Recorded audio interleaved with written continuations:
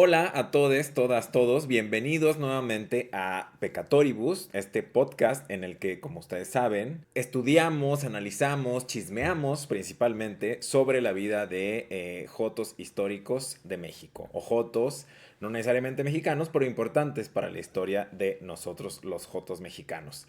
Hoy tenemos un invitado de lujo y podríamos decir que de casa, Martín Eh, H. González. Bienvenido. Gracias, muchas gracias por invitarme.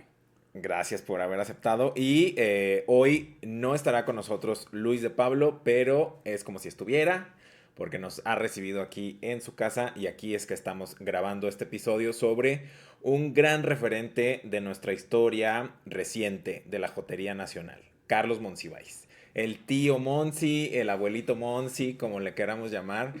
La verdad es que es una figura incontestada o incontestable en cuanto a la importancia que tiene para la historia de la jotería en México, pese a que, como dice una biografía sobre él, vivió en un closet de cristal.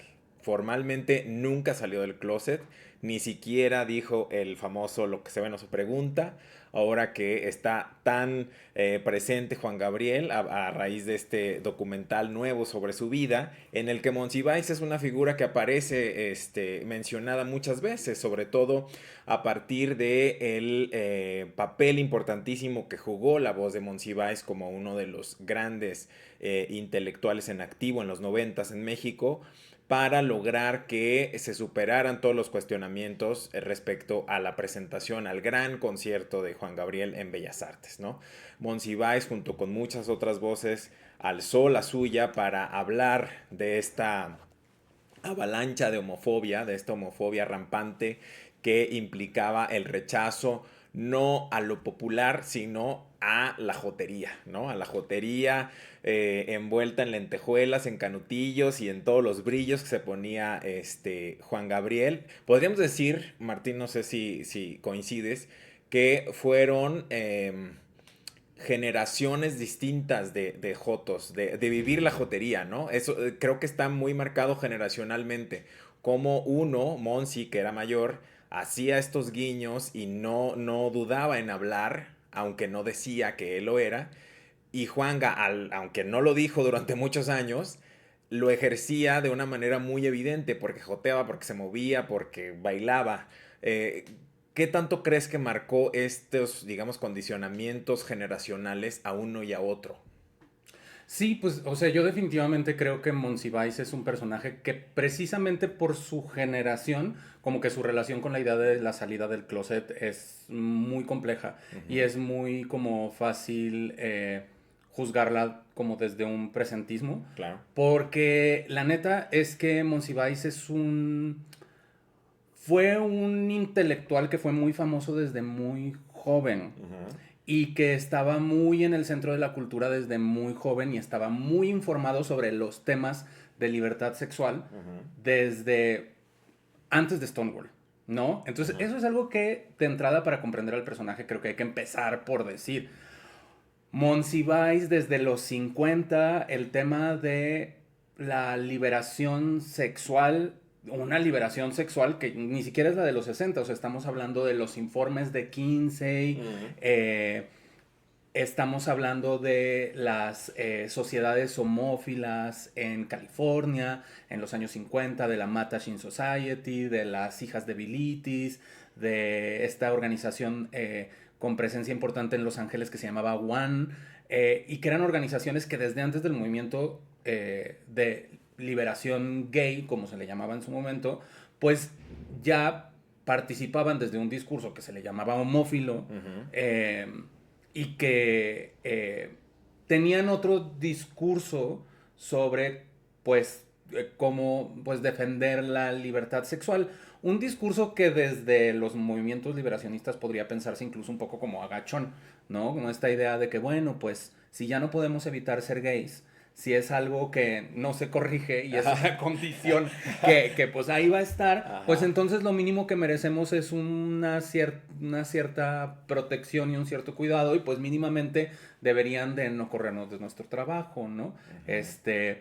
Un discurso pues más cercano a la protección de los derechos humanos que desde entonces existía y que Monsiváis, pues, sabía que estaba allí eh, y, y creo que como figura histórica desde el punto de vista de la jotería es muy interesante pensar en cómo fue incorporando a su bagaje los nuevos discursos sobre la diversidad sexual desde los años 50 hasta los años 90 y principios de los 2000. Y si bien es cierto que nunca ha salido del closet, que es algo que podemos discutir, por qué no, cuál era el sentido, yo creo que a pesar de eso es muy interesante pensar que no entró en una desconexión como suele pasar con muchas generaciones de jotos, que llega a un punto en el que dicen, ¿sabes qué? Es que esto ya es demasiado,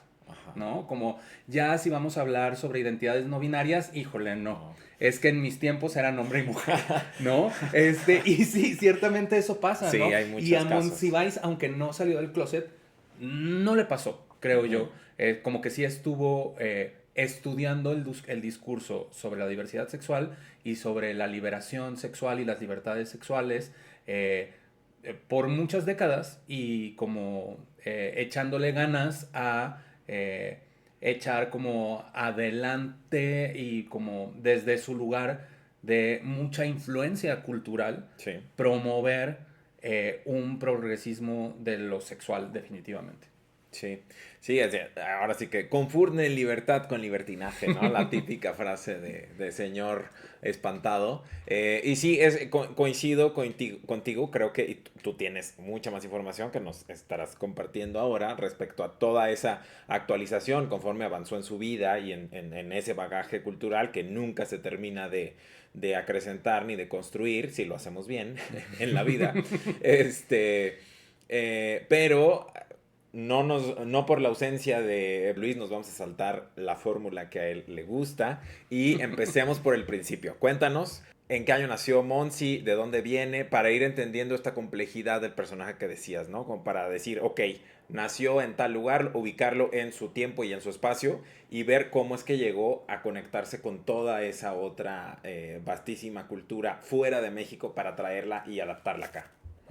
Sí, mira, Monsiváis es un personaje muy cercano a mi corazón, con el que tengo muchas cosas en común, debo decir. Principalmente tres, que es que él proviene de una familia protestante, igual que yo, y eso me conecta a él, por supuesto. Amante de los gatos, muy importante también, y central en las representaciones de Monsiváis. De hecho, creo que acaba de haber en el desfile de Día de Muertos en la Ciudad de México carros alegóricos de personajes importantes para la cultura mexicana y uno de ellos era Monsiváis con libros y gatos, ¿no?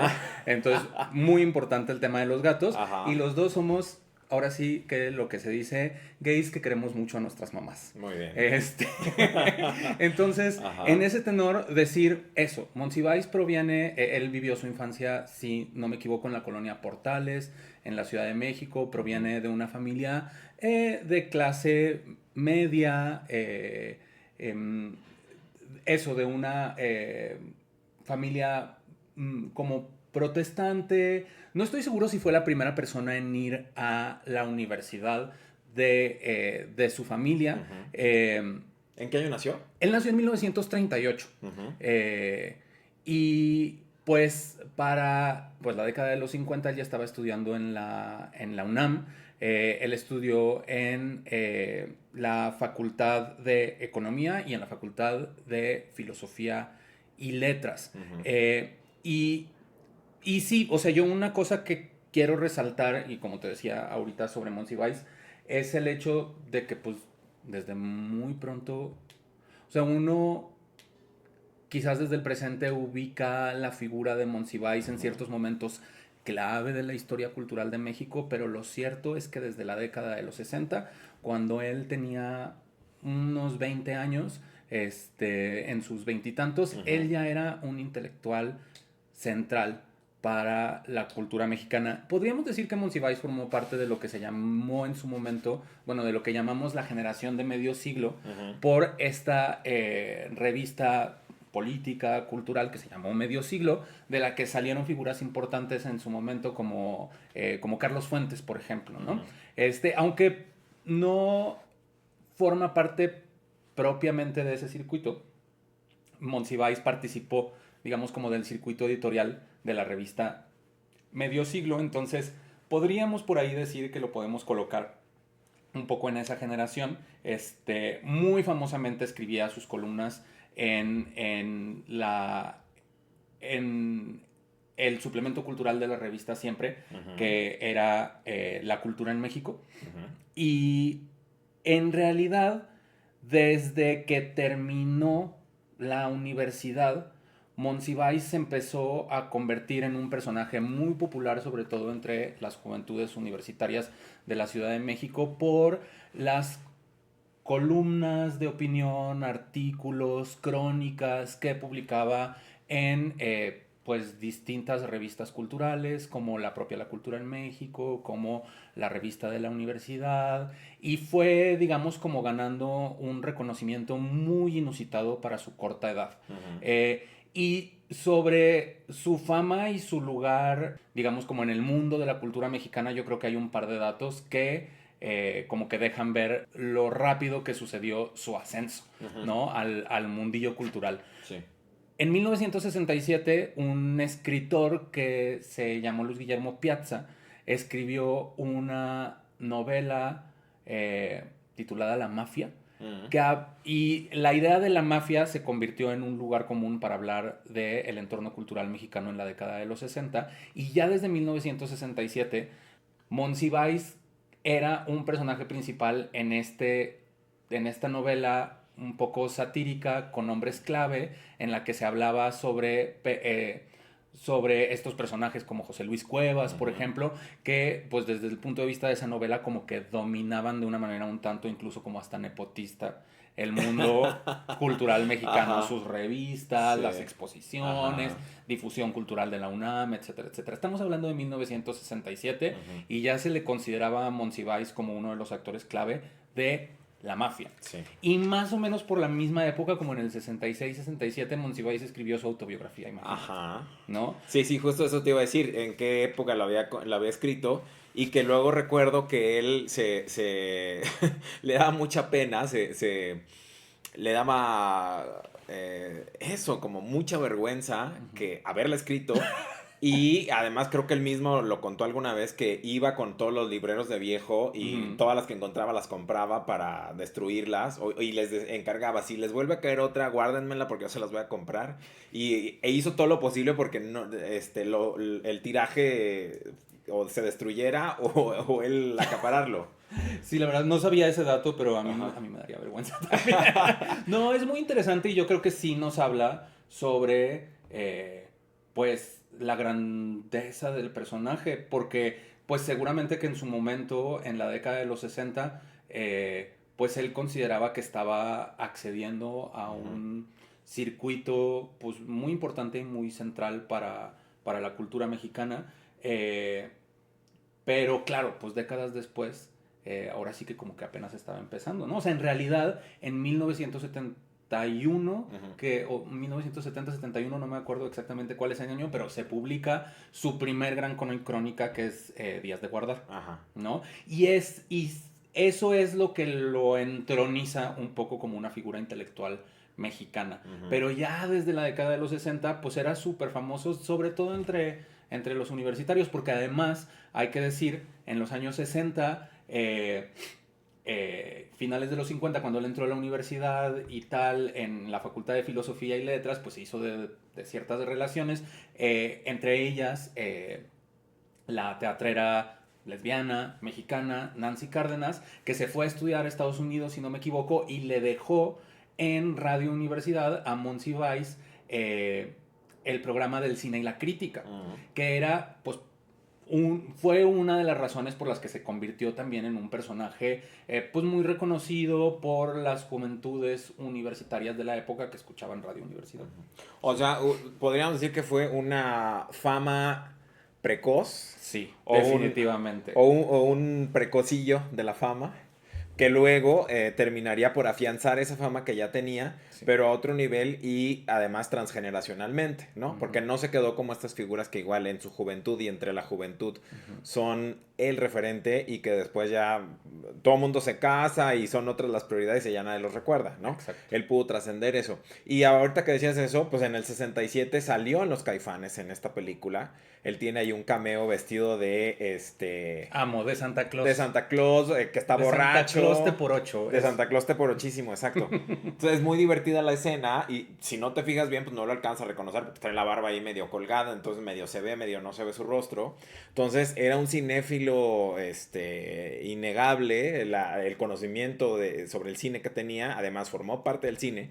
Y en el 69, en Modisto de Señoras, el personaje de Maurice, interpretado por Mauricio Garcés, lo Sí, sí. menciona. Muy al inicio en la película dice que es socio de la mafia, refiriendo a la mafia cultural, y dice, mis estampados me los hace Cuevas, mis spots me los escribe Monsiváis. Mira nomás. Ajá, entonces está haciendo ahí una referencia de la cultura de su momento, que por supuesto ahora nos puede resultar como algo curioso de escuchar esos otros nombres, si es que tenemos el referente, a lo mejor ya jotos muy jóvenes no saben ni quién es uno ni quién es otro, pero nosotros que ya tenemos ciertos ayeres, los alcanzamos a reconocer y siempre me ha divertido mucho esos guiños a la cultura de su momento y justo no había mencionado la importancia que tenía el nombre de Monsiváis ya en ese momento, que en el 69 tendría 31 años, ¿no? 30, 31 años, algo Exacto, así. por ahí. Ajá. Entonces, sí, es muy joven. Entonces,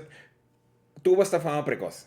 Entrando ya un poquito en el chisme, así como para ponerle Ujú. sal al guisadito, al platillo. Por favor. ¿Qué tan precoz, qué tanta información hay? Ujú. Ahora sí que asomándonos en este closet de cristal, ¿qué tanta información hay sobre la precocidad o no respecto a lo sexual? O sea, conocía toda esta información, se trajo un montón de cosas de Londres, si no me equivoco, para articular un poco más o de mejor manera el movimiento por la liberación en México, de la liberación sexual y de la liberación gay de manera particular, pero qué tanto se sabe si puso en práctica, no intelectualmente toda esta información. Pues mira, lo que, pues lo que sabemos es un poco chisme, Ujú, ¿no? Y pues como todo chisme es un poco una leyenda, ujú, eh, y pues como que corre de boca en boca, ¿no? Eh, sobre su juventud, ¿no? Y sobre sus relaciones en la juventud. Está este libro, tú mencionas la idea del closet de cristal, que ajá, es una idea de Braulio Peralta, que ujú, fue su amigo,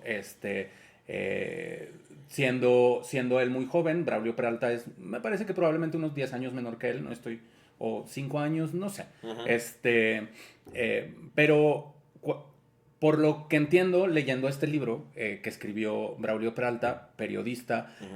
importante también actor del movimiento de liberación lésbico-gay, de la movilización LGBT desde la década de los 70.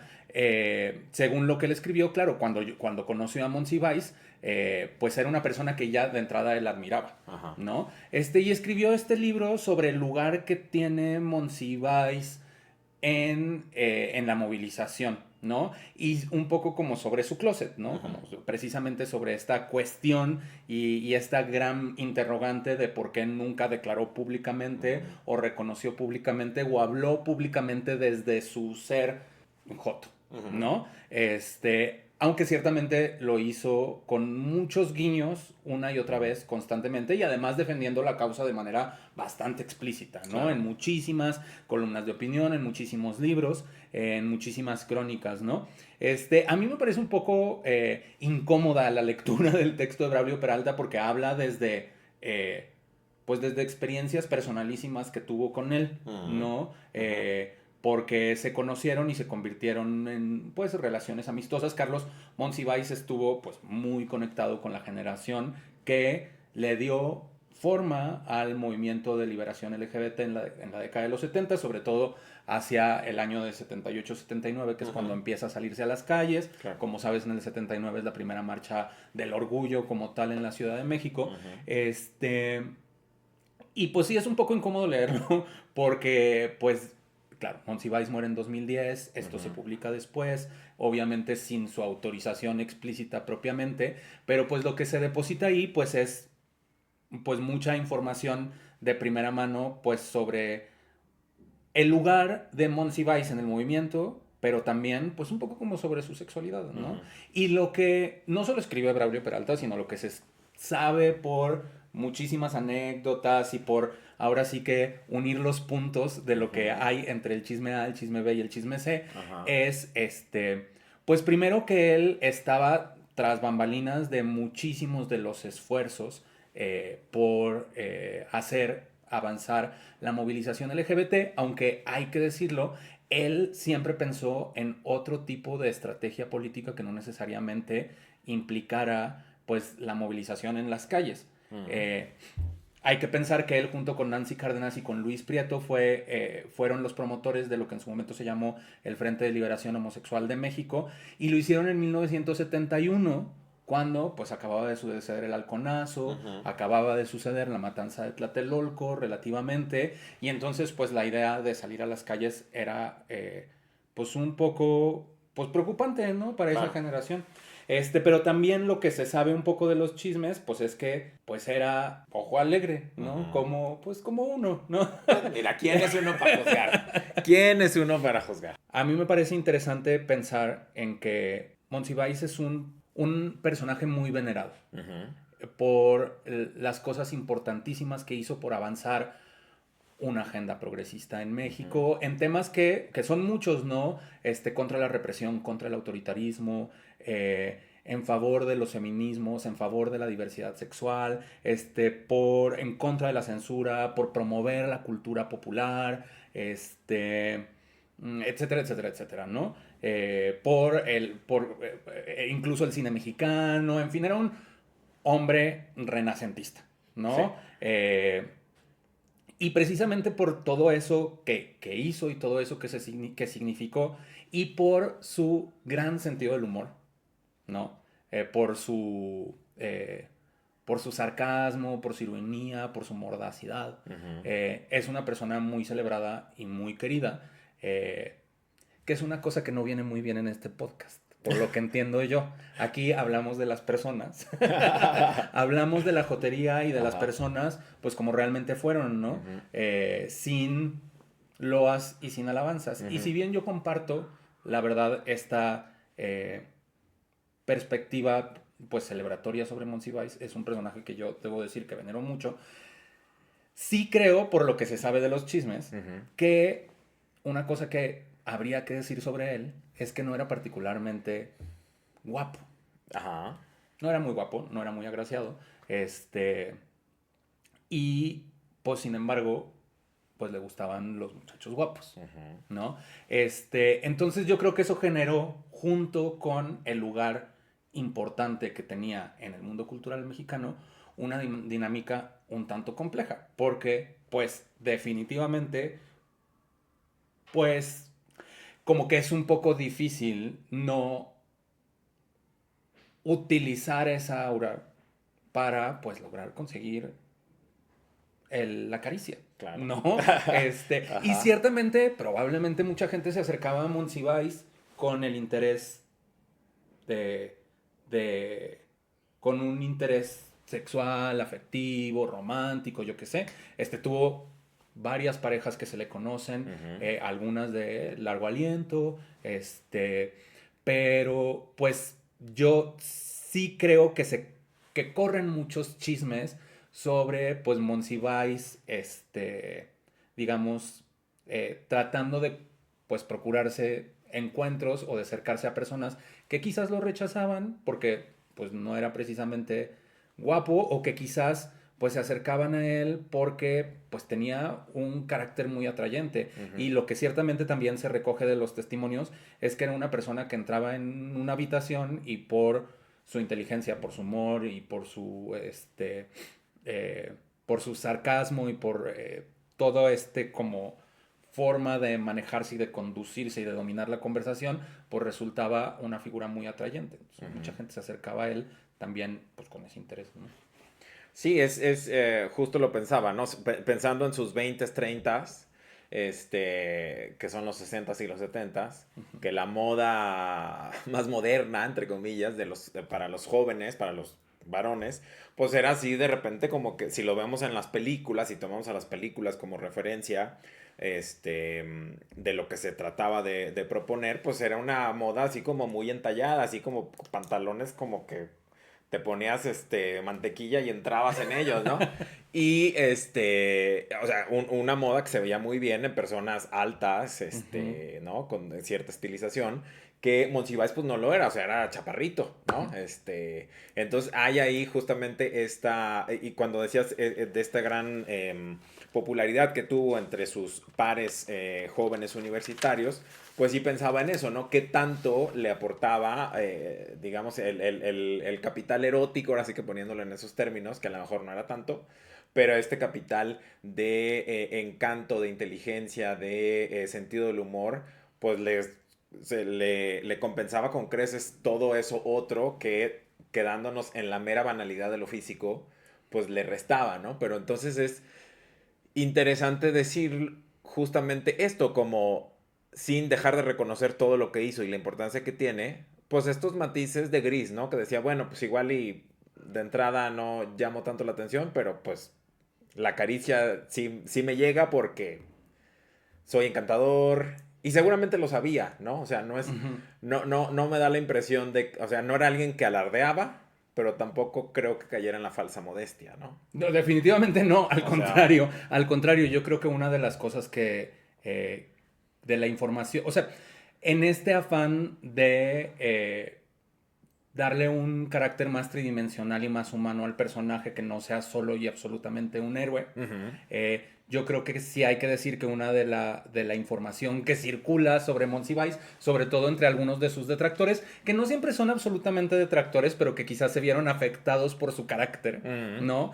Es que era una persona muy mordaz, muy sarcástica, muy burlona Ujú. y que tenía muy poca paciencia para, ahora sí que, la estupidez humana. Y entonces yo creo que mucha gente de su generación o que formaba parte de sus circuitos culturales le agarró en su momento como un cierto mal rollo a Monsiváis Ujú, porque él era muy burlón cuando a alguien le parecía que no daba la talla del nivel intelectual que a él le ujú. interesaba, pues era sarcástico y burlón y de hecho una de las cosas que se dice sobre Monsiváis es que pues para todo el mundo tenía un apodo, Ujú, ¿no? Entonces, claro, quizás si eres una persona que sabe recibir esos balonazos, ujú. pues te parezca simpático, te parezca gracioso, pero seguramente que para algunas sensibilidades el hecho de que Monsiváis te tenga un apodo sobre el hecho de que eres flaco, sobre el hecho de que eres chaparro, sobre el hecho de que eres súper alto, sobre el hecho de que eres pelón, sobre el hecho de que eres gordo, Ajá. sobre el hecho de que eres tonto, yo qué sé, pues no les caían Ujú, quizás demasiado en gracia, ¿no? ujú. ¿Mm? Que me imagino que tiene mucho que ver, en algo influyó el tiempo que Monsi pasó con Novo. Que Ujú. Novo también tenía la lengua súper afilada y Exacto. también sobrenombres y motes para todo mundo, ¿no? Ujú, En la Estatua de Sal, Toña la ujú, Mamonera y ujú, todo esto, ¿no? Me imagino que por supuesto ya de carácter y de ingenio, Monsi lo tenía, pero igual y esos años formativos, ujú. trabajando muy de cerca con Novo, que hay una entrevista con Novo una de las ediciones más recientes de la Estatua de Sal, pues ahí se alcanza a ver el diálogo que hay entre estas y estos dos ingenios, estas dos mentes brillantes, y de alguna manera creo que también la manera en cómo Novo se pensó como hombre homosexual, él sí muy abiertamente, Ujú, influyó mucho y fue como el relevo generacional en Monsi, ¿no? Decir, bueno, es que a lo mejor la generación de Novo nunca buscó la reivindicación de decir sí que no nos corran, sí que no nos digan, sino que respondían. Y en la cuestión sexoafectiva, pues era eso, o sea, como que pues alguien llegará y cuando se vaya llegará el que viene y no había como en Novo en particular ujú, esta búsqueda de algo más de largo aliento, algo más estable. Y ujú, creo que también de alguna manera Monsi heredó un poco eso o lo llevó a su terreno, porque creo que tampoco fue alguien que creyera, y tú me corriges si estoy equivocado o estoy estirando demasiado la liga, Ujú. que no creo que creyera tanto en que una parte importante de la lucha del movimiento fuera por el matrimonio. Como que era algo que como que no le interesaba mucho, ¿no? Pues, O no sé. A ver, ¿tú qué piensas? pues definitivamente cuando el matrimonio igualitario se convirtió en una causa, Ujú, pues si no me equivoco, eh, Monsiváis lo apoyó como se ajustó, digamos, como a muchos de los discursos, ujú, se ajustó estratégicamente a ujú, muchos de los discursos y de las agendas políticas del movimiento LGBT de su época, ujú, ¿no? Un poco, pues como un ejemplo muy claro está el tema de que pues Monsiváis no estaba de acuerdo en que en el 78 era el momento correcto para salir a las calles a reivindicar, ujú, digamos, como la diversidad sexual y a salir con ese discurso liberacionista a ujú, protestar a las calles. Y sin embargo, cuando sucedió, pues tomó la decisión estratégica y porque definitivamente coincidía con muchos de los aspectos del discurso y conocía además a los actores que estaban detrás de las movilizaciones, y aunque estaba en desacuerdo con las estrategias que utilizaban y tal, lo que hizo, un poco por el bien de la causa, ujú, fue decir, lo voy a ujú, apoyar desde la pluma, ¿no? ujú, Y así lo hizo, ujú. definitivamente así lo hizo. O sea, igual y no estaba del todo convencido, pero tampoco metí el pie, ¿no?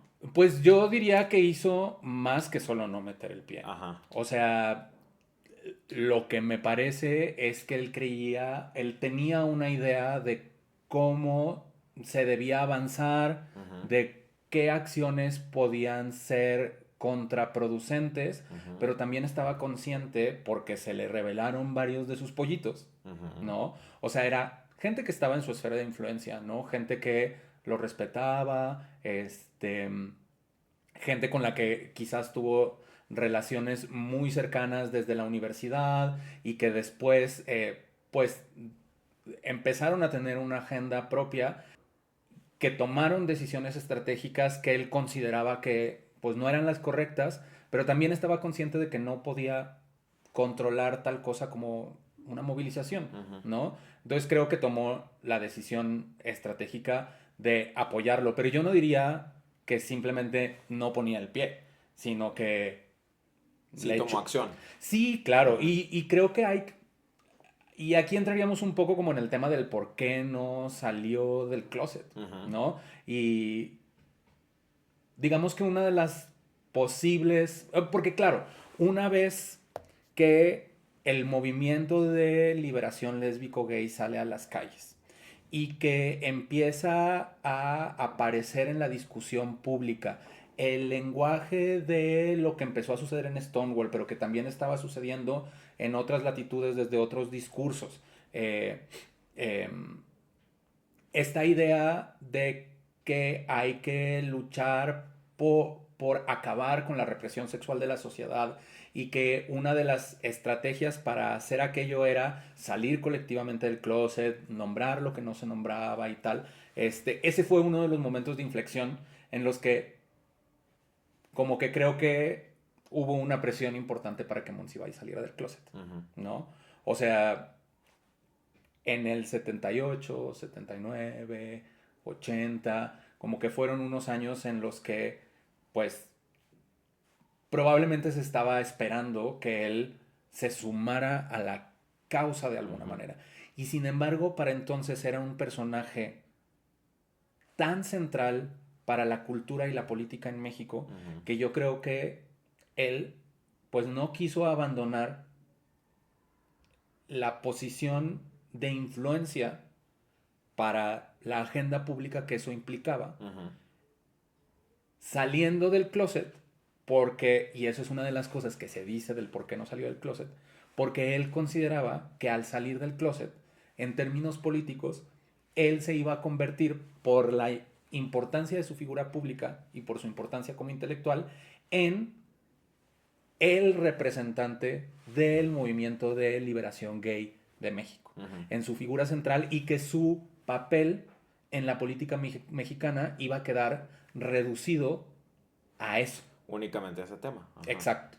Y eso, creo, o al menos es una de las cosas que dicen quienes lo conocieron, le iba a quitar un cierto margen de acción para apoyar todas las otras causas políticas que Monsiváis apoyaba. O sea, Monsiváis era un hombre de izquierda desde la década de los 60, ciertamente con sus contradicciones, y conforme nos acercamos a la década de los 90, pues ajustándose a el mundo neoliberal en el que estábamos ingresando, pero que tenía otras agendas. Tenía una agenda animalista, contra la represión y el autoritarismo en todas sus formas, con sus, claro, con sus contradicciones. La gente, algunos sectores de la movilización LGBT, aunque los pocos en la década de los 70, lo criticaron por apoyar la revolución cubana, a pesar de las noticias que a cuentagotas empezaron a llegar sobre pues la represión homosexual en la Cuba revolucionaria, ¿no? Y entonces él tenía toda esta otra agenda política, incidía en otros aspectos de la vida pública mexicana, y yo creo que él pensaba que si salía del closet se le iba a reducir políticamente a eso y no iba a tener la capacidad de hacer avanzar los feminismos, el animalismo, la lucha contra la censura, su celebración como una figura intelectual mexicana de la cultura popular, que le permitía hacer cosas como entrarle al quite para decir Juan Gabriel tiene que estar en Bellas Artes, ¿no? Era una figura muy compleja que no quería perder esa complejidad y que tenía mucha influencia y no quería perder esa influencia. Sí, porque le iban a decir como el video meme que da, tú eres gay, regrésate a tu mundo, yo me quedo en mi mundo. Exacto. Porque sí pasa, luego es así como que, bueno, gay, lesbiana o lo que sea, la identidad de la que se trate, ¿no? De repente al hablar de otras cosas, sí, de modo general, se llega a encasillar, incluso en la academia, independientemente de la elección sexual que el investigador o investigadora tenga, o investigadore, de repente los temas que se tratan luego son como carriles en los que sí o sí tenemos que ir, o hay de alguna manera esa idea, y al intentar meterte a otros temas, luego hay ahí como celos y cosas, ¿no? Entonces puedo entender esta cuestión de tratar de mantener esta multiplicidad de intereses, que además eran intereses genuinos, y mantener esa posibilidad de movilizar, de influenciar, hacia eso que le interesaba, o esas múltiples temas que le interesaban. Eso es importante. Retomando un poco esta entronización ya como intelectual complejo, ¿no? A partir de Díaz de Guardar. ¿Cómo siguió ese aspecto de Monsiváis, su carrera como autor publicado, como cronista principalmente? Pues, o sea, a Díaz de Guardar, pues le vinieron muchísimas, pues, como una obra muy prolífica como cronista, como periodista, como estudioso de la literatura.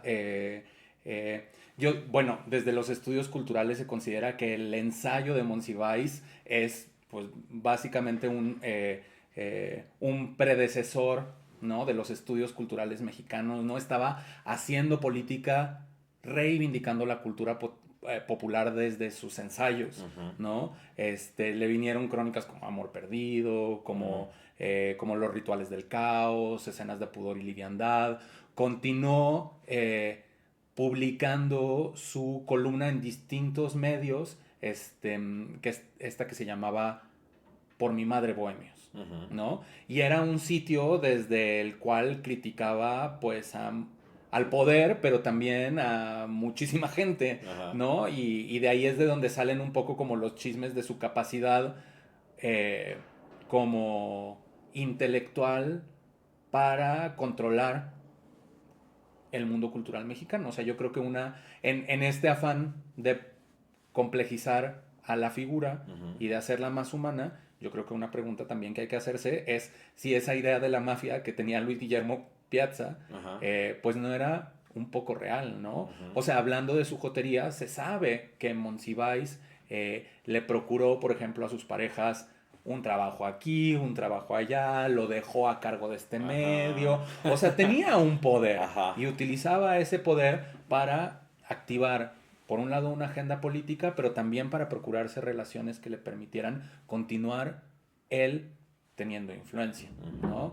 Y fíjate que una cosa que me parece importante es decir, a la par que se fue construyendo su lugar de influencia Ujú. en el ámbito cultural y político mexicano, que es, digamos, como muy interesante pensar cómo tendía los puentes entre una cosa y otra. Por ejemplo, un episodio que a mí me parece muy interesante es que en 1967 una sociedad conservadora y como que de padres de familia se inventó una campaña antipornografía porque consideraba que había muchas imágenes muy lúbricas en los medios de información, en los medios de comunicación masiva, en las Ajá. revistas y tal, y se inició una campaña que luego llegó al gobierno y que se empezaron a censurar ciertas publicaciones, y Monsiváis salió en la defensa de las publicaciones eróticas, de la libertad de prensa, y en contra de esta campaña anti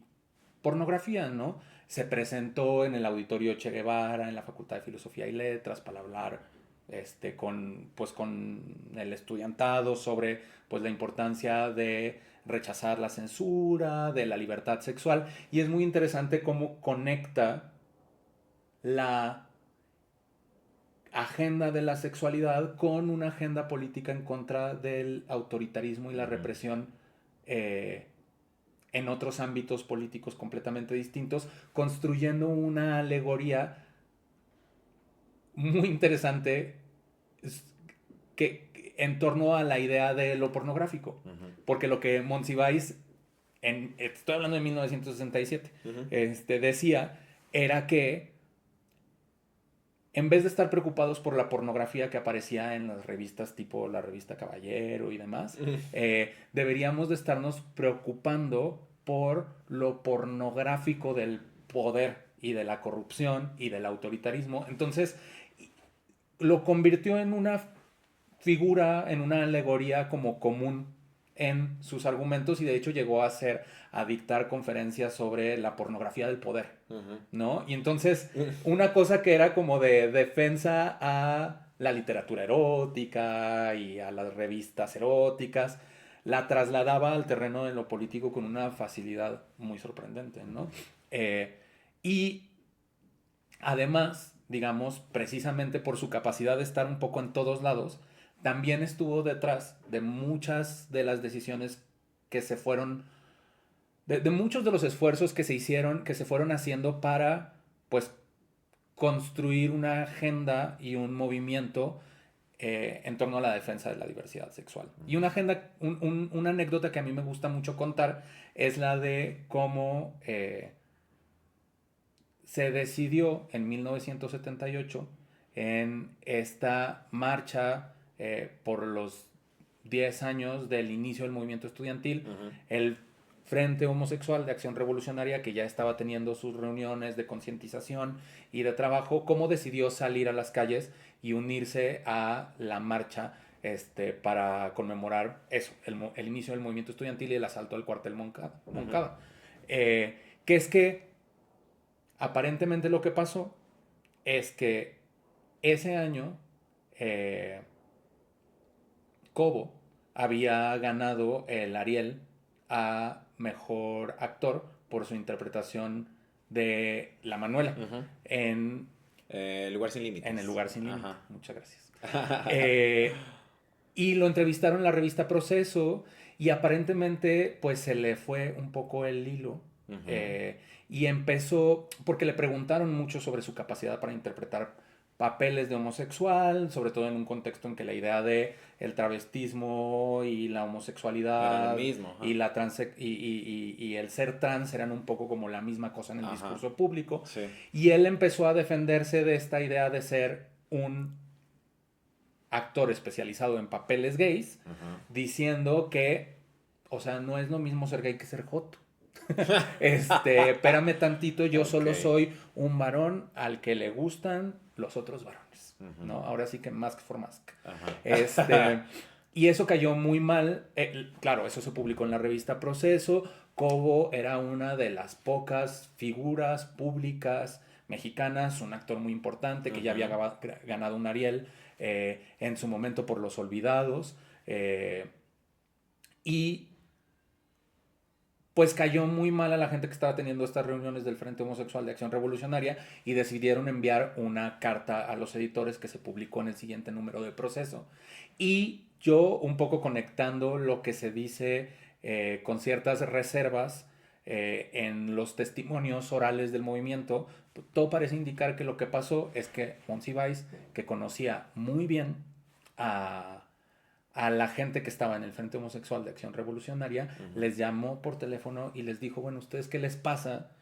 Que creen que pueden meterse con una figura tan importante como Cobo, que le acaban de dar el Ariel de mano de la primera dama. O sea, como que no saben en lo que se están metiendo, no hagan tonterías, la están regando, tengan cuidado, esta no es la manera en la que... Los regañó.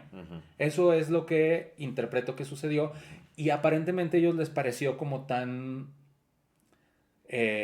pues les removió tanto y les causó incluso como tanto coraje, no sé, que decidieron aprovechar ese momentum y dijeron, hasta aquí llegaste. ¿No? Para ahí Monsi ya era un señor así cuarentoncito, ¿no? Estaba justo empezando sus 40. Justo tenía 40 años, probablemente. Ajá, él es del 38, estamos hablando del 78.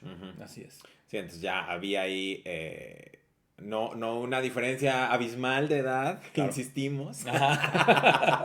Pero ya había un poco una separación generacional, ¿no?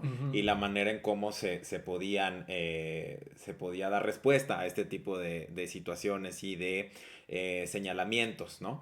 Que tienen mucho que ver con la idea de, en general, las novelas con protagonistas homosexuales de la década de los 60. Sí. Que separarse totalmente de el maricón, de la loca, del que mueve mucho las manos, del que se tuerce al caminar, y no se diga, por supuesto, de los que se visten de mujer, ¿no? Que, como bien decías hace rato, era un poco decir lo mismo, decir homosexual o maricón o lo que fuera, era... Alguien se imaginaba, o alguien así entalladísimo y moviendo los hombros, o alguien vestido de mujer, ¿no? O sea, era lo mismo, no había ahí una separación, por eso también la cuestión está de los mujercitos de la alarma, que a toda regla hoy podemos identificar que eran mujeres trans, que se relacionaban entre ellas, pero también con varones homosexuales cis, ¿no? Entonces había ahí toda esta mezcolanza y este posicionamiento de Cobo me parece que también responde a una cuestión generacional, ¿no? Claro. Ideológica, individual, por supuesto, pero marcada por esta cuestión generacional. Y ahorita que mencionabas escenas de poder y libertad, no recuerdo si es en ese libro donde hay una crónica cortita sobre el viaje en el metro, ¿no? La experiencia de viajar en el metro. Y me hizo pensar, ¿será que Monsi hizo crujín en el último vagón del metro? Yo creo que probablemente sí. Yo creo que sí. Bueno, no sé, porque también era muy conocido. Entonces, pues no sé si se hubiese animado. Ajá. O sea, porque la crónica lleva un poco la narración hacia lo erótico, pero no queda muy claro y no abunda mucho. Es como una pincelada que se siente muy, muy remarcada, o sea, porque no es algo así como que una palabra lo sugiera, sino que la narración va un poquito ahí, de repente da la vuelta y habla en general como del... la experiencia, el hecho de viajar en el metro, ¿no? Que puede ser incómodo o que puede ser incluso erótico, ¿no? Pero sí, pensé en eso y sí, justamente si era alguien tan famoso, ya reconocido, pues sí, a lo mejor sería como muy, muy arriesgado ir en el último vagón ahí en la esquinita. Pues ¿no? mira, no sé. Yo creo que también nosotros lo vemos a la luz del mundo en el que vivimos, que es el mundo de las redes sociales. Ah, claro, ajá. Sí, en ese momento, pues... Yo creo que probablemente se tomó sus libertades y sus riesgos, ¿no? También, o sea, un poco la idea detrás de esto del closet de cristal es un poco también decir que es como, a ver, o sea, la exigencia, el gran reclamo que alguna gente tiene con Monsiváis es que a pesar de su apoyo, a pesar de estar detrás de muchos de los esfuerzos de movilización, también estuvo muy involucrado con la lucha en contra del VIH-Sida, en su momento apoyando los esfuerzos de recaudación de fondos y demás, pues como que el gran reclamo es, pues no lo dijo explícitamente, ¿no? En ningún momento habló Ujú. desde En primera su persona. lugar Ajá. como Hochis en el mundo, Ujú. ¿no? Y sin embargo, la idea de que fuese un closet de cristal es que era de todo sabido, Ujú. ¿no? Realmente no era un secreto. Entonces yo creo que una cosa como metrar era una cosa que definitivamente se permitió hacer. Quiero pensar que sí. Ay, ojalá. Elijo pensar que sí. Ojalá que sí. Yo sí me lo imagino ahí en la esquinita del último vagón, así nada, cerrando sus ojitos. Todos amontonados en la Todos última en la puerta última mientras el puerta. resto del vagón está completamente vacío. Exactamente. Oye, y me llamó mucho la atención el nombre de la columna por mi madre Bohemios, porque además al principio mencionabas condición compartida de Hochis que quiere mucho su mamá, ¿no? Claro. Está ahí referida, ¿no? Por supuesto es una frase muy, muy famosa, muy casi lugar común ya a estas alturas, pero, ¿qué tanto crees que la haya elegido justamente por esa relación especial con la mamá? ¿Y cómo fue esta relación? Si es que hay, información al respecto, ¿no? ¿Qué tanto le marcó sobre estas temas de interés, estas publicaciones que hizo, los temas en los que se involucró? eh, y la cuestión también de el protestantismo, ¿no? O sea, combinando esto un poco, que luego es la madre la que inculca este camino o este vínculo cercano con ciertos esquemas de creencia, ¿no? ¿Qué Claro. tanto crees que haya sido con Monsi y su mamá? ¿O qué tanto fue simplemente, pues nos queremos y ya? O sea, no hay como que un condicionamiento o una petición como Gil de Viedma, ¿no? Que nunca quiso publicar nada explícito sobre su sexualidad, sino hasta que muriera su madre y al final murió el primero que su mamá. Claro. Sí, sí, sí. Pues mira, o sea, no sé. No podría hablar como con muchas certezas. Lo que sí creo, y ya hablando un poco más de jotería, Ujú, es que esta, digamos, como relación con la familia, pues quizás sea un poco una experiencia común. Por ejemplo, en la ujú, década de los 70 se sabía, pues por que la gente es chismosa, que en Monsiváis tenía un departamento de soltero en la zona rosa, ¿no? ujú. Pero además, si no me equivoco, porque tampoco estoy muy seguro de cómo está ahí el asunto, probablemente también vivía con su familia o vivía cerca de su familia, concretamente de su mamá, Ujú. ¿no? Y entonces, claro, es un poco como una de estas estrategias que mucha gente tiene que tomar para existir en esos dos mundos, Claro. ¿no? Ujú. Procurarse un espacio en el cual ser libre, pero al mismo tiempo, pues, también, pues, procurar esta relación cercana, pues, concretamente, que luego a veces los niños gays tenemos con nuestras mamás, Ujú. ¿no? Que, pues, suelen ser relaciones muy conflictivas, porque por un lado son pues, contacto con una sensibilidad digámosle femenina, que nos Ujú. es negada en ciertos momentos de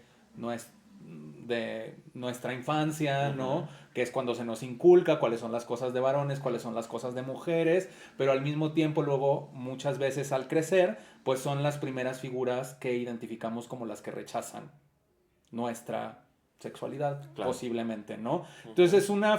es una relación compleja la de los jotos con sus mamás, ¿no?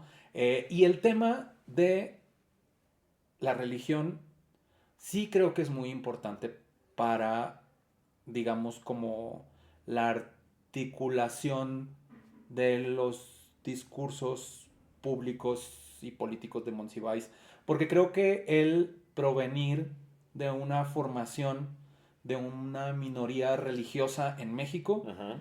sí es trascendente para hacerte de una visión de mundo y esa es una de las razones por las que yo pues encuentro a Monsiváis como una figura particularmente entrañable porque comparto esa experiencia Ujú. y además es, digamos, es el provenir de una minoría religiosa, pues que, digamos, como que te marca no solo por ser una minoría religiosa como tal, sino como que también viene con una idea, digamos, del lugar social que tienen esas otras expresiones religiosas en el mundo cultural mexicano, ¿no? Ujú. Es decir, el ser protestante en México, pues sí definitivamente se relaciona con ciertas experiencias de pobreza y de desigualdad, de, digamos, como horizontes retadores de las clases populares mexicanas que los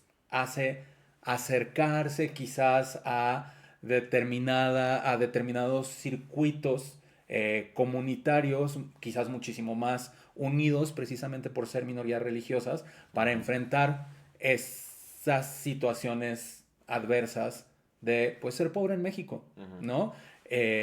Y entonces sí creo que eso le da una sensibilidad muy particular como intelectual mexicano y creo que eso marca también su interés por defender la cultura popular Ujú. como un elemento importante de, pues, de la mexicanidad, Ujú. ¿no?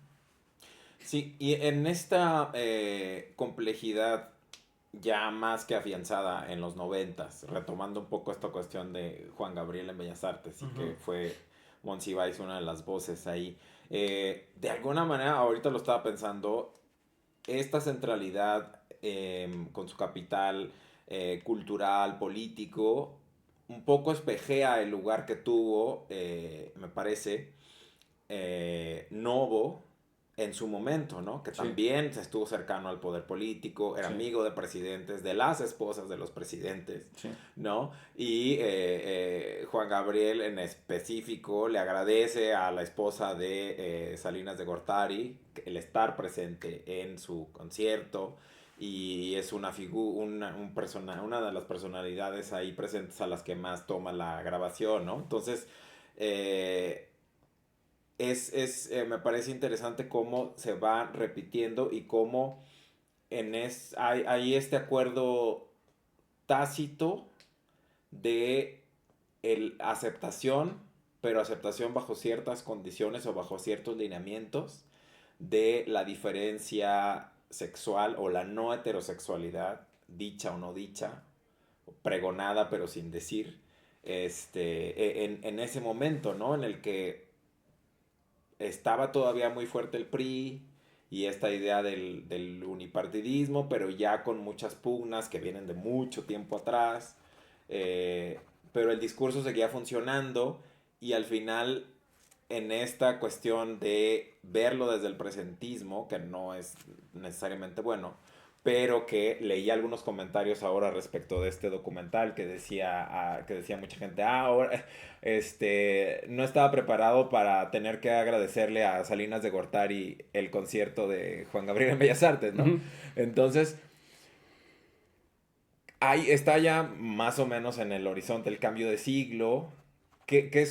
¿Crees que sucedió algo entre ese cambio de 90s, 2000 en la figura de Monsiváis y cómo se reconfigura hacia esos últimos años del priismo invicto, la figura de los intelectuales de modo general y la figura de Monsi en particular? ¿Cómo crees que hubo alguna particularidad para Monsi y bueno, los intelectuales en general en la vivencia de ese ser intelectual en el México de fin de siglo? ¿Qué tanto cambió? Porque hubo momentos pivotales en su vida, ¿no? 60, 70, luego el 85 con el temblor, o sea, hay su pluma, su voz literaria, está presente en muchos momentos de gran importancia Sí. cultural, política, social.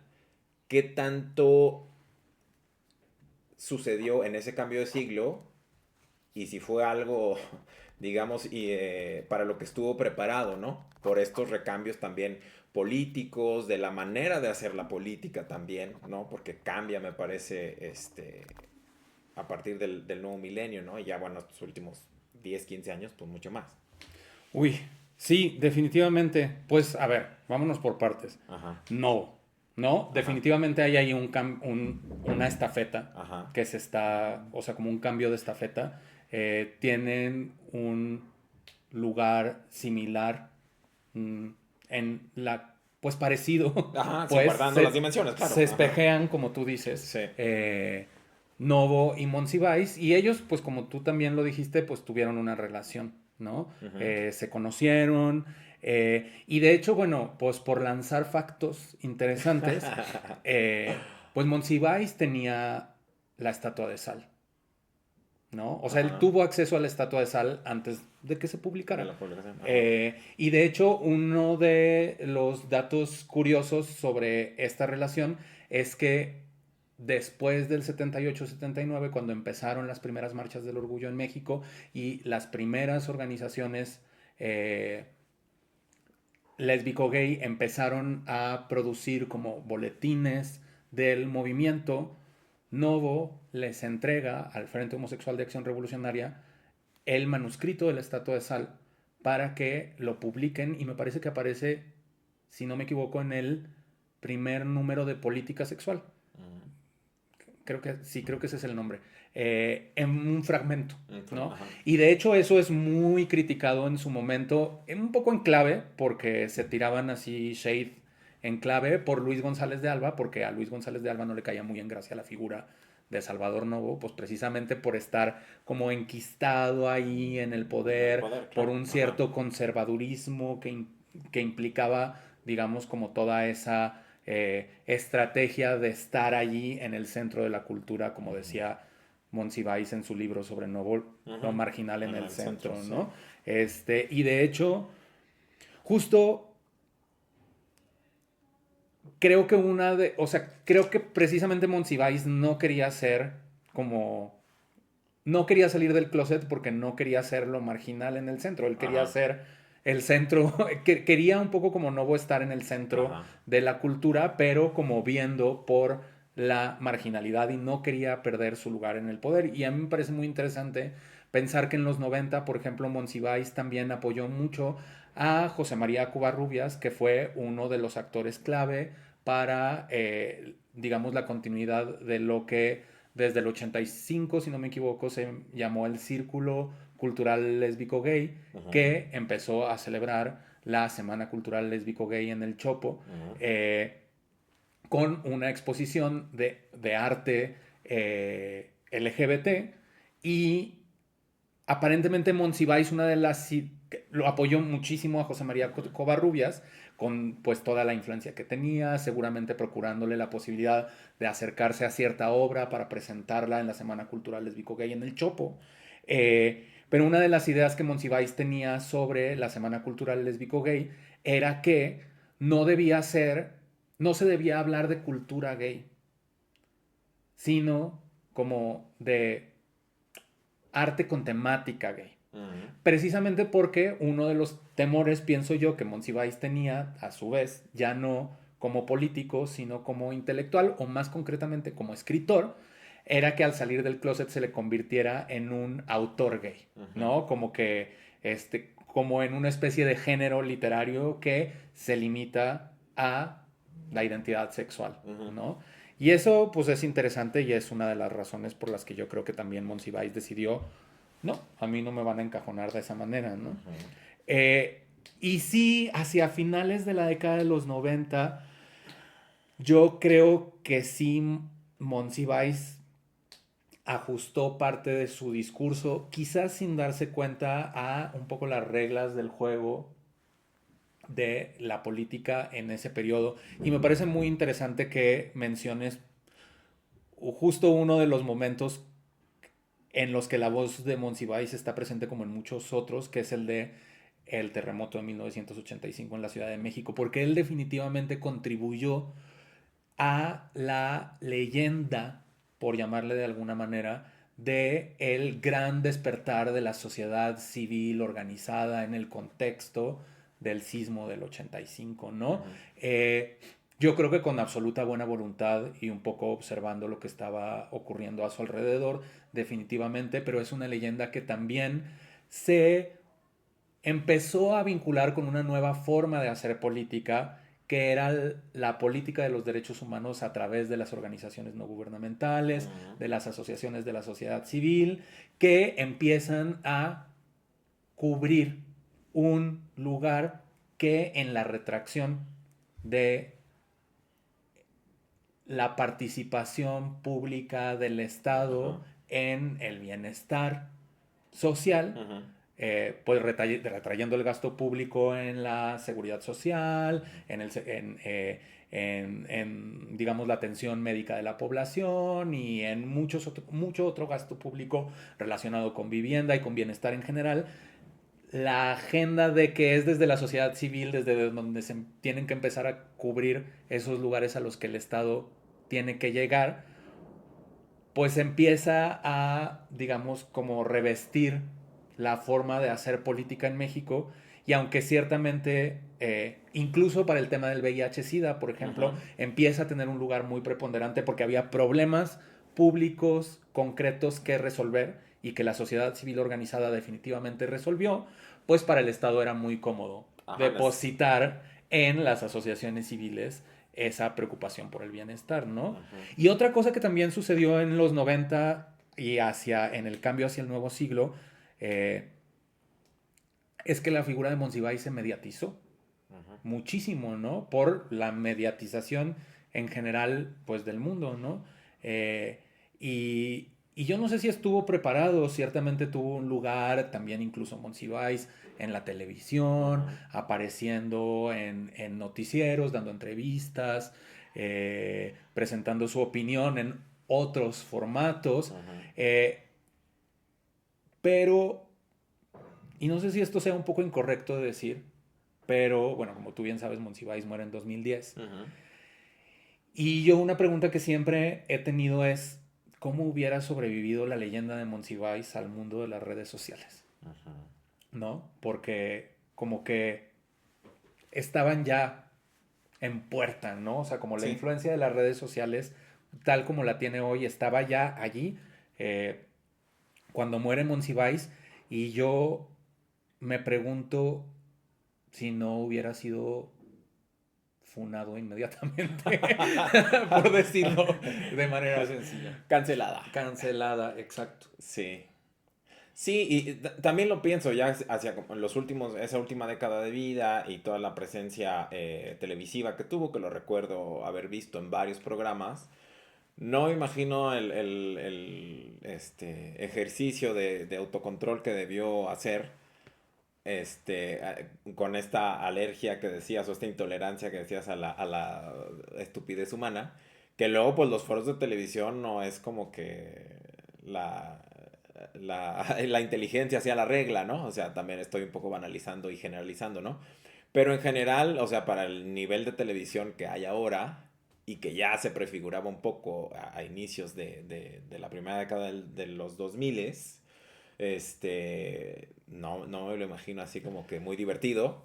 Y de repente sí tenía así como ciertas actitudes, recuerdo en alguna, creo que era un programa sobre deporte, que estaba ahí sentadito y le preguntaban y luego decía, pues es que no sé qué estoy haciendo aquí, porque le preguntaban como cosas que ni al caso. Y recuerdo que una vez sí lo dijo así, es que no sé qué estoy haciendo aquí, pero bueno, y algo dijo, ¿no? Entonces era como, también ya, como una figura, como un token, me parece, que de repente llegó a ser usado así, ¿no? Sí, y que como que ya estaba un poco más allá del bien y el mal, ya para esa época, ¿no? Había sobrevivido políticamente a tanto, conservando la influencia política y cultural que tenía, que yo creo que incluso un desplante como que contribuía a su leyenda, ¿no? Aunque hay que decir que yo sí pienso que era una persona muy sarcástica, muy burlona, pero precisamente por ese carácter sarcástico y burlón, como que, ¿cómo decirlo? Cuando yo digo que era poco tolerante a la estupidez o a lo que él consideraba vacíos intelectuales de las personas, no lo digo como una persona que fuera intolerante en el sentido de que no tuviera autocontrol, sino todo lo contrario, era fría y calculadora. Y más bien pues tenía una lengua súper mordaz y yo creo que era capaz de saber De insultar sin que se dieran cuenta. insultar sin que te dieras cuenta, de Ajá, decirlo tras bambalinas, ajá. de actuar vía telefónica. Se dice que todo el mundo hablaba por teléfono con Monsiváis y que desde su casa con sus gatos y lleno de pelos seguramente, pues como suele ser cuando uno tiene gatos, eh, pues nada más de estar hablando por teléfono con la gente se enteraba de todo y pues movía cosas, ¿no? Ah, Entonces sí creo que tenía no creo que fuera una persona impulsiva, mm, pero sí definitivamente a veces se daba unas libertades y tenía unas ocurrencias que yo creo que para las sensibilidades de actuales. Ajá, actuales, pues posiblemente hubieran despertado, pues, críticas, aunque, pues, su historial habla por sí solo. ajá, Fue muy criticado por décadas y décadas ajá. y sobrevivió bastante bien. Sí. Sí, y justo pensaba, ¿no? E incluso ahora, con cierta razón, se le podría hacer una crítica similar a la que le hicieron a Novo, ¿no? De decir, ok, no saliste del closet por no perder esa posibilidad de impulsar estos temas, pero ¿qué tanto habría sido el gusto que le tomaste al poder implícito que ese lugar te daba, ¿no? Creo que Ujú. también se podría haber potenciado esa arista de la crítica a la figura de Monsiváis, es decir, ok, sí, entiendo y te compro porque hiciste A, B, C y D, pero pues chance igual también ya le habías agarrado gustito al poder, ¿no? Y del tipo que fuera. Sí, completamente. Yo creo que esa es una interpretación válida y posible y que seguramente mucha gente tiene, sobre todo la gente que lo vivió más de cerca, ¿no? O Mm, sea, sus compañeros de generación, la gente que estuvo pues en los esfuerzos de movilización política LGBT, pues seguramente si le agarraron coraje por no salir del closet, pues tenían un poco esa interpretación, que es como ujú, que no tuvo el valor de desprenderse del poder que tenía para hablar de esa manera de forma transparente. ujú, Y sin embargo yo creo que pues él sí creía que era completamente innecesario. ujú. Eh, Hay un artículo que publicó, no sé si fue en Debate Feminista, pero que aparece, creo yo, no sé si en Que se abra esa puerta, Ujú, ujú, eh, esta compilación de Alejandro Brito y Marta Lamas, ujú, o en Misógino Feminista, que también compilaron, ujú, que es sí, un, eso o no fue sé, posterior, creo. ajá, o no sé si aparecen los dos, porque hay este artículo que publicó sobre Susan Sontag, Ujú, este, y que me parece un texto muy bonito en el que habla sobre ella y sobre su salida del closet. Y me parece muy interesante porque en el texto lo que dice es un poco como que la admira por salir del closet, pero, o sea, como que otra interpretación ya un poco más intelectual sobre el por qué decidió no hacerlo, es que él creyese, como que tuviera una lectura Foucaultiana de la salida del closet, ujú, ¿no? Como que esta idea de que salir, y esto aparece en el libro de Braulio Peralta, ¿no? De esta idea de que salir del closet era un acto confesional, como en esta lectura de la sociedad confesional de Foucault, de que en ah, realidad estamos bastante más obsesionados con la sexualidad que realmente, o sea, como negando la hipótesis represora, es como, no, hablamos muchísimo de la sexualidad y al salir del closet lo que estás haciendo es participar del dispositivo de la sexualidad ujú, y como refrendando una fijeza de las identidades y en realidad estás yendo en contra de la libertad sexual. Y creo que hay un poco de eso posiblemente en Monsiváis en el sentido de que él realmente pues sí era un intelectual que había leído un montón ya para la década de los 70 sobre teorías en torno a la sexualidad.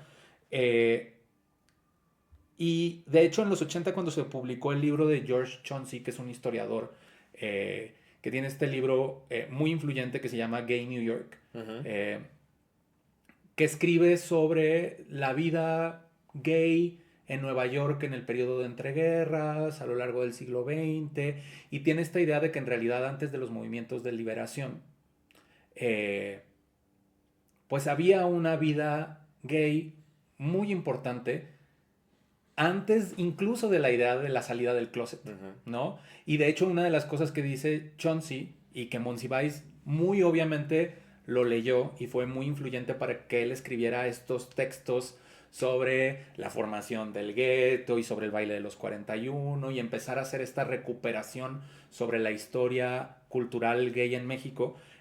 Lo leyó, se inspiró en él y una de las cosas que Chauncey decía era que contradictoriamente el discurso de la liberación gay fue un poco como contraproducente porque contribuyó a invisibilizar con esta idea de la salida colectiva del closet, como que ahora sí ya todos vamos a salir a las calles y vamos a decir, nombrar nuestra diferencia, contribuyó a la idea de que antes de eso no había nada. Y en realidad había muchas cosas, como el personaje de Salvador Novo puede atestiguar, de existir siendo joto en el mundo, ¿no? Existían otras referencias culturales, otros lenguajes, y yo creo que lo que Monsiváis creía es que él pertenecía a ese mundo. Sí. Pero nunca lo sabremos. Bueno, estamos ya hacia el final. ¿Qué crees, qué consideras que tendríamos que saber sí o sí de Monsi? Ya antes de hacer la pregunta insignia de este podcast. Pues varias cosas. Creo que hay que saber que fue una pluma importante para México, ¿no? Como que tenía un estilo de escritura que le es bastante propio. Hay que saber sobre Monsi que fue lo que se dice un hombre renacentista que sabía de todo y de muchas cosas y que estaba interesado en muchos ámbitos de la cultura y de la política mexicana y en el mundo. Creo que hay que saber que era una persona con un importante aprecio por la cultura popular y que era una persona con un gran sentido del humor, eh, a veces incomprensible para algunos de sus interlocutores. Y hay que saber que fue una persona con convicciones políticas que aunque se pueden criticar desde determinadas estrategias y desde determinadas formas de hacer política, fue pues muy fiel a su búsqueda por luchar contra el conservadurismo en México, definitivamente, y que estuvo detrás de mucha de la movilización LGBT que heredamos hoy. Muy bien. Y entonces, ahora sí, la pregunta que todos nos hacemos. Estoy preparado. Carlos Monsiváis, fuck, marry or kill. Es facilísimo. Mary. Por supuesto que me casaría con Monsiváis. Sí. ¿Te imaginas la cantidad, el nivel de capital social y cultural que gana uno de casarse? Y además estamos hablando, me imagino, de matrimonio igualitario. Ah, claro. ¿No? O sea, casarse, que el Estado sea el testigo de nuestro amor y sancione nuestra relación ante el mundo, me colocaría a mí en un lugar, que es difícil de negar. Entonces sí, Sí, claro. definitivamente nos casamos. Sí. Mary. Yo también. Me imaginé así con un caftán vaporoso, bajando las escaleras del estanquillo en las noches. Así. La primera dama de la cultura mexicana de gran parte del siglo XX. Oye, sí. Y parte del XXI. Heredera del estanquillo y de una biblioteca que pesa toneladas seguramente. Exacto. Y yo sería feliz con los gatitos, así que... Con Pío Nonoalco y recuerdo algunos nombres en algún texto que mencionaba. Creo que uno de los nombres de los gatos era Pío Nonoalco. Pues Martín, muchísimas gracias. Martín H. González, muchísimas gracias por esta charla sobre Carlos Monsiváis, sobre estos chismes, sobre el tío Monsi, el abuelito Monsi, y esperemos que esté haciendo cruising en el metro Del cielo. del cielo o del infierno, no lo sabemos, en el metro del más allá. Exacto. Que esté en el metro del más allá Del haciendo Mictlán. cruising del Mictlán, exactamente. Y a ustedes, podcast escuchas, les agradecemos su compañía. Nos encontramos dentro de 2 semanas con un nuevo episodio y con Luis de regreso en esa futura ocasión. Nos escuchamos pronto. Bye.